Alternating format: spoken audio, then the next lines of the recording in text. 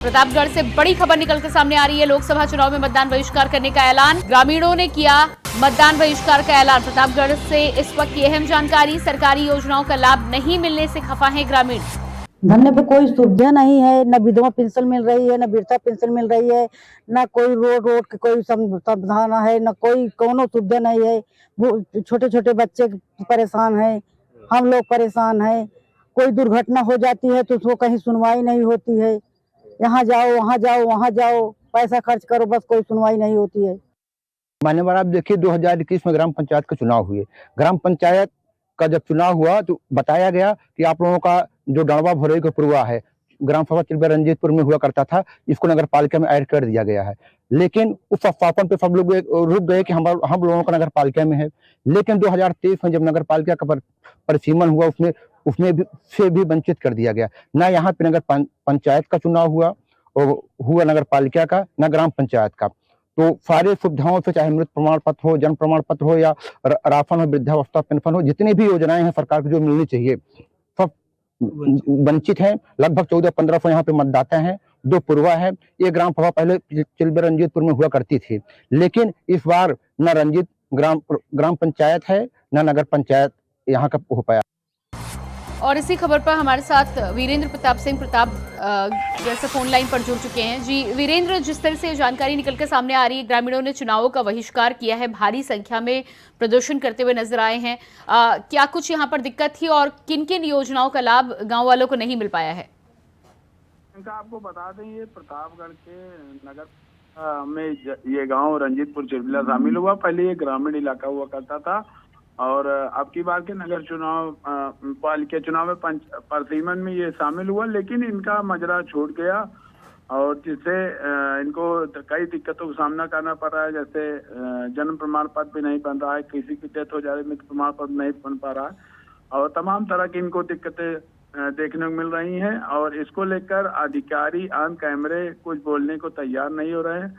आप कैमरे बता रहे हैं कि इसमें हम लोग जांच करा रहे हैं, जो भी दोषी होगा उसके ऊपर कार्रवाई होगी और जल्द इनका गांव जो छूटा हुआ है उसको शामिल कराया जाएगा नगर पालिका में।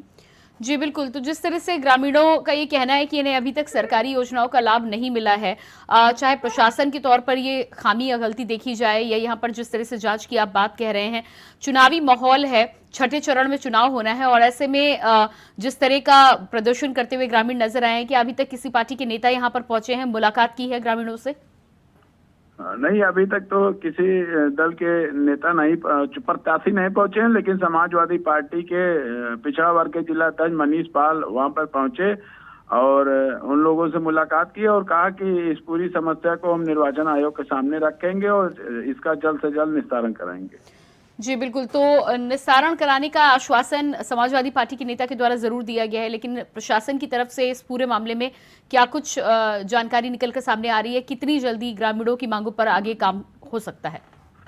ग्रामीणों का आरोप है कि प्रशासन भी नहीं कोई सुनवाई कराया और प्रशासन भी ऑन कैमरा बोलने को इस पर कुछ तैयार नहीं है। ऑफ कैमरा इन्होंने बस यही बताया कि इसकी जांच करा रहे हैं, जल्द से जल्द इसमें कार्रवाई जो भी हो गया उसको करवा के गांव को शामिल किया जाएगा। जी बिल्कुल, अगर इस पूरे मामले में जिस तरह से प्रशासन अभी तक कोई काम करता हुआ नजर नहीं आया है, अगर प्रशासन की तरफ से, सरकार की तरफ से कोई कार्रवाई नहीं होती तो ग्रामीणों का अगला कदम क्या कुछ हो सकता है? ग्रामीणों का साफ तौर पर कहना है कि जो है अब की बार जो 26 मई को यहाँ पर 6वें चरण में वोटिंग है, हम लोग चुनाव का बहिष्कार करेंगे और जो लगभग 1400 से 1500 मतदाता हैं, हम लोग पूरी तरह से किसी पार्टी किसी को भी वोट नहीं देंगे, वोट करने ही नहीं जाएंगे, हम लोग घर में रहेंगे। क्योंकि जब हम लोग को सरकारी सुविधाएं से वंचित कर दिया गया है, ना हम लोग ग्रामीण इलाके में न शहरी इलाके में। और इस पूरे मामले में क्या अभी तक डीएम तक या फिर मुख्यमंत्री तक शिकायत पहुंचाने की कोशिश की गई है?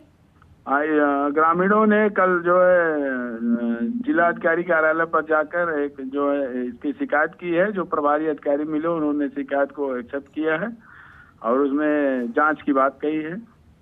जी धीरेन्द्र, इस तमाम जानकारी के लिए बहुत बहुत शुक्रिया आपका। तो